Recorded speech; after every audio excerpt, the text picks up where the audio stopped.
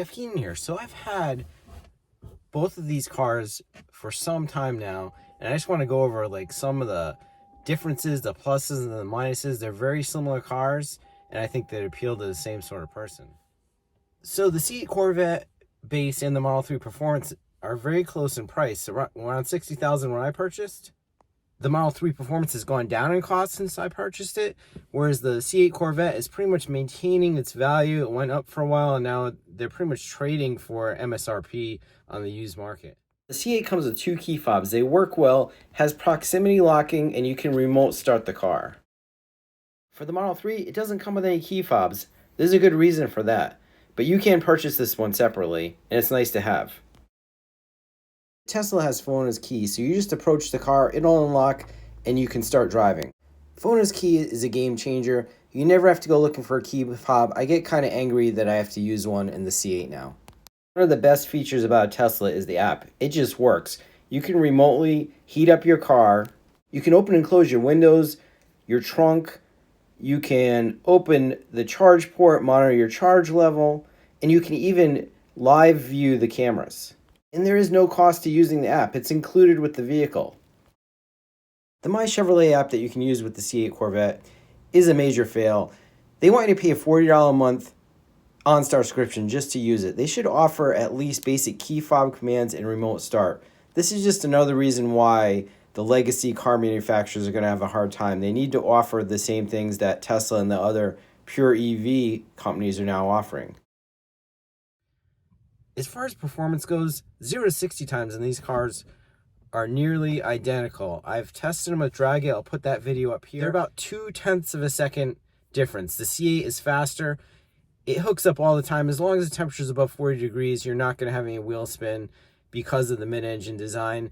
And the dual clutch transmission in this makes it as fast as some of the quicker electric cars out there. As far as handling goes, they both handle really good. I have to give the nod to the C8. It definitely is lighter, it turns in a little bit better, and there's less body roll. Both of these cars have surprisingly good ride quality.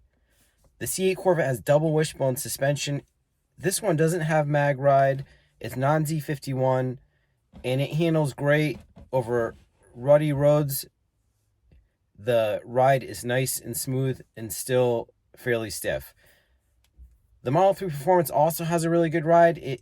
It tends to hit the bumps in the road a little harder because of the weight maybe, and again, it's a little bit softer suspension on turn. Because the C8's mid-engine has a really low hood line, so you get great visibility around corners. The turn-in on the steering is also really sharp, and it's very similar on the Model 3 Performance. The steering turn-in is sharp in sport mode, and you get great visibility around corners. This is one of my favorite things about both. As far as interior comfort, the C8's definitely cockpit-like. The base seats are very comfortable, and they fit me well at 5'8". You could take a long road trip in these things with no problem. The car is very comfortable. So as far as the Model 3 seats, they're also very comfortable. There's no problem taking a long road trip in these things. They're more plush, and the side bolstering is not as good, so in corners, they don't hold you in as well, but I haven't had any problems with them, and I like them a lot. Let's talk about the square steering wheel in the C8. So it's a great design. I have no problems with it either.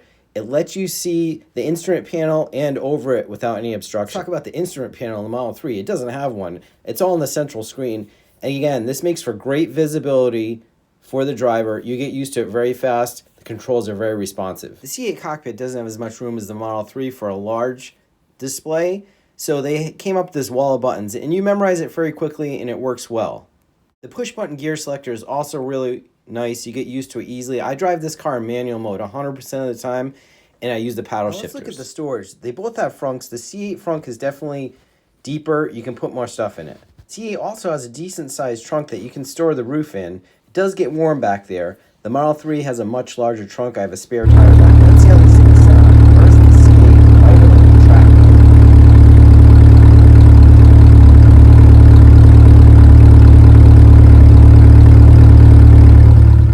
Then the Model 3 backing up in sport mode. Now, as far as maintenance goes, both of these cars have been really good. I've owned them both more than 2 years. The C8 Corvette, I've only had to do oil changes at a cost of about $100 to $200 a year, and there's been no issues with it that needed service so far. And again, in the Model 3 Performance, I've had zero issues in this car in 2 years now. I've taken multiple long road trips. The supercharger network works great. And basically, you just charge it at home on your daily use. You'll never have to visit a public charger. I mentioned how well the phone charger is designed in the Tesla. It always works. It holds the phones. Even the most spirited driving, they don't come out. I've never seen a car that the phone chargers actually work as well as this. One of the misses in the C8, they put the inductive phone charger behind the seats. You're going to forget your phone there 100% of the time. Remember to like and subscribe for more updates on the C8 Corvette and Tesla Model 3 Performance. I'm going to start looking at the Model 3 Performance Highland as soon as it comes out. I'm going to try to test drive the long range version soon, so stay tuned for that.